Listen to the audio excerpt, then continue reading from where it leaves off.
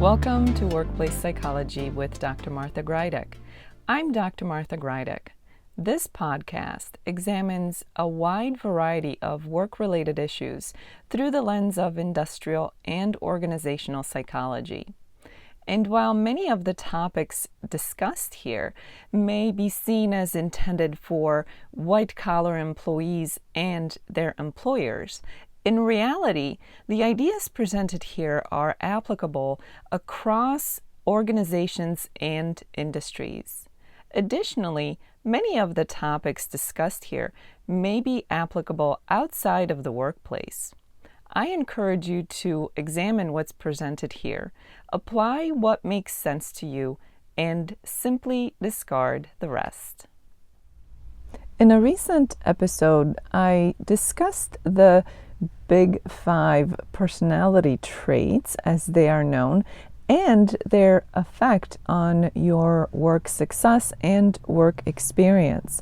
And while many people may assume that these personality traits are relatively set, maybe even set in stone for some, the reality is that any personality trait can be adjusted or even changed given enough resolution, time, and effort.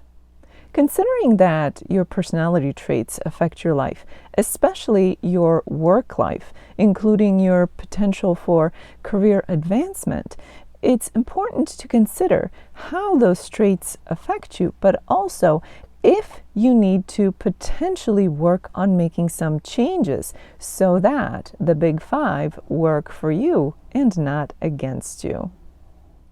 If you recall, the Big 5 personality traits can be seen as personality variances.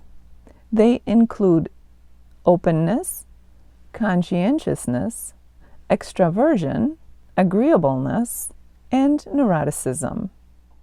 If you need a refresher in what each of those personality traits means and how it shows up, especially when it comes to the work environment, I invite you to check out the previous episode where these were discussed in more detail.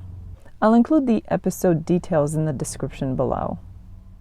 Let's get back to the whole notion that your personality traits can absolutely be adjusted and even changed in such a way that they actually work for you, that they actually serve you in your experiences and your success.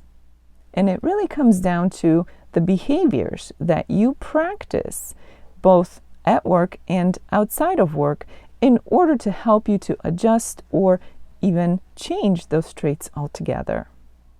Let's start with openness.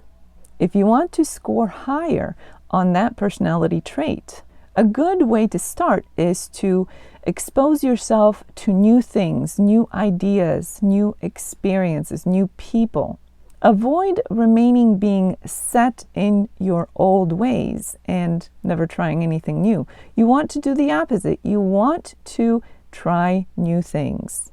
That could mean a new language or new cultures or new cuisine.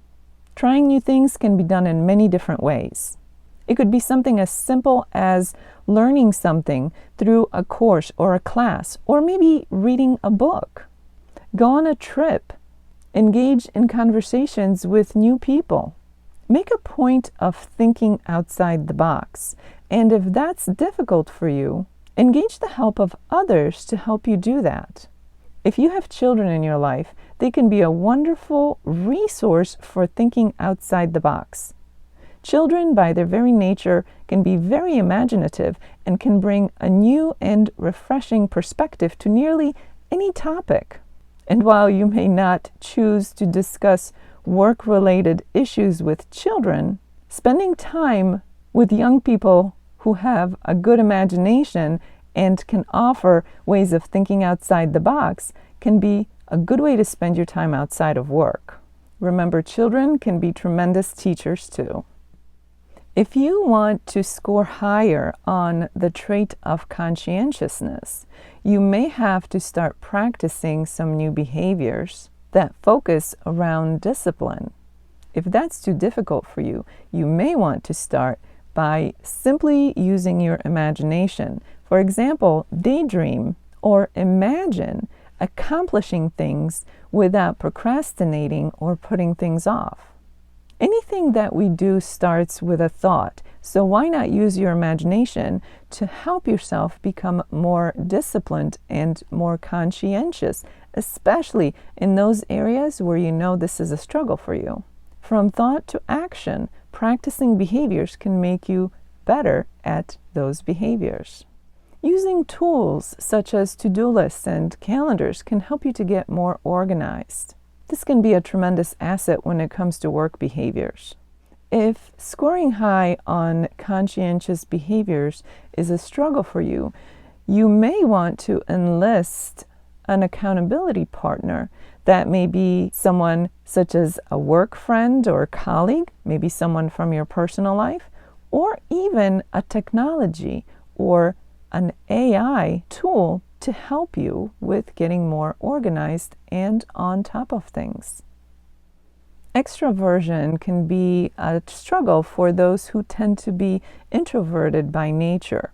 But if being an introvert is not helping you, especially in your work experience and your career, putting in some effort to score higher on the personality trait of extroversion may be to your benefit. One way to step outside of that box may be to aim to become more engaged in social activities, whether that's work-related or outside of work. It's a good practice.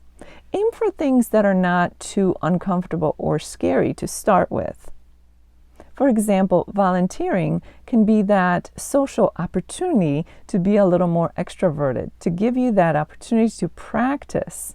You could choose something that is important to you, something about which you are passionate or committed to. That could make it easier for you to engage in an activity that may otherwise be outside of your comfort zone.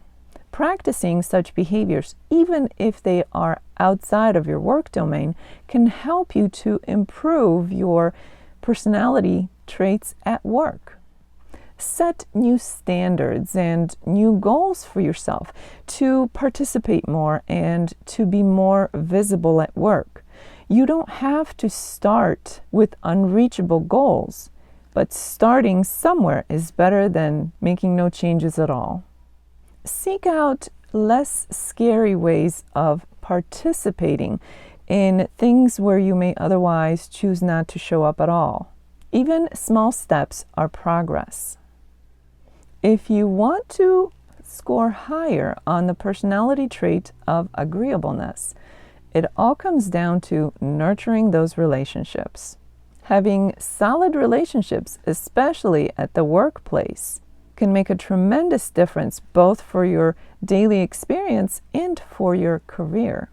This, of course, means genuine relationships, nothing that's fake, phony, or superficial. It's about making deeper connections with people without crossing lines that would make it inappropriate. For example, rather than prying into someone's personal life in an attempt to make a deeper connection, you may choose to ask them questions about things that are more meaningful or important to them. That shows that you're genuine and interested in deepening the relationship without prying or being inappropriate. Another way to change your relationships with others, especially those at work, is to make an effort to see things from others' perspective. That can help you to relate better or relate in different ways to others around you. The one personality trait of the big five where you want to score lower is the trait of neuroticism. What's important to remember here is that neuroticism really focuses on the future and the anxieties related to that rather than anything that's happening in the present. Of course, not all future focus is bad. It's part of our survival. It's part of our safety to be able to anticipate and plan. However, if we get stuck in future living to the point where it results in stress and anxiety and makes it difficult or impossible for us to focus on the present moment, that's when it can become problematic. One good practice for neuroticism is to focus on being in the moment. This can be tremendously helpful, not only at the workplace, but also outside of the work environment. You can also use reframing to see things differently, to allow yourself to not be so focused on the anxieties that are related to a potential, but most likely unknown future. Remember that it's important to, one, commit to changing anything about yourself. It's something that you will have to practice both at work and outside of work, and it will take some time and effort. I encourage you to use tools and accountability partners as a way of improving your chances of success. And of course, connecting with a professional therapist is always a good idea, especially when you're trying to make big changes in your life. As this episode comes to an end, let's review what was discussed. As noted in a previous episode, the Big 5 personality traits can have a tremendous effect on not only your daily work experience, but also on your career over time. While it's important to understand who you are and what makes you tick, so to speak, it's also important to realize that your personality traits don't have to be set in stone.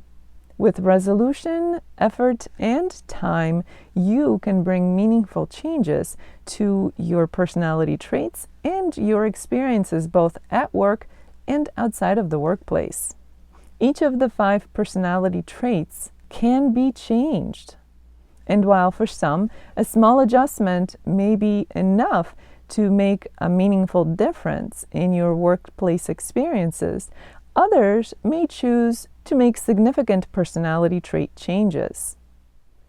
Remember that there are behaviors that you can practice that can bring change to each of the traits that you wish to change.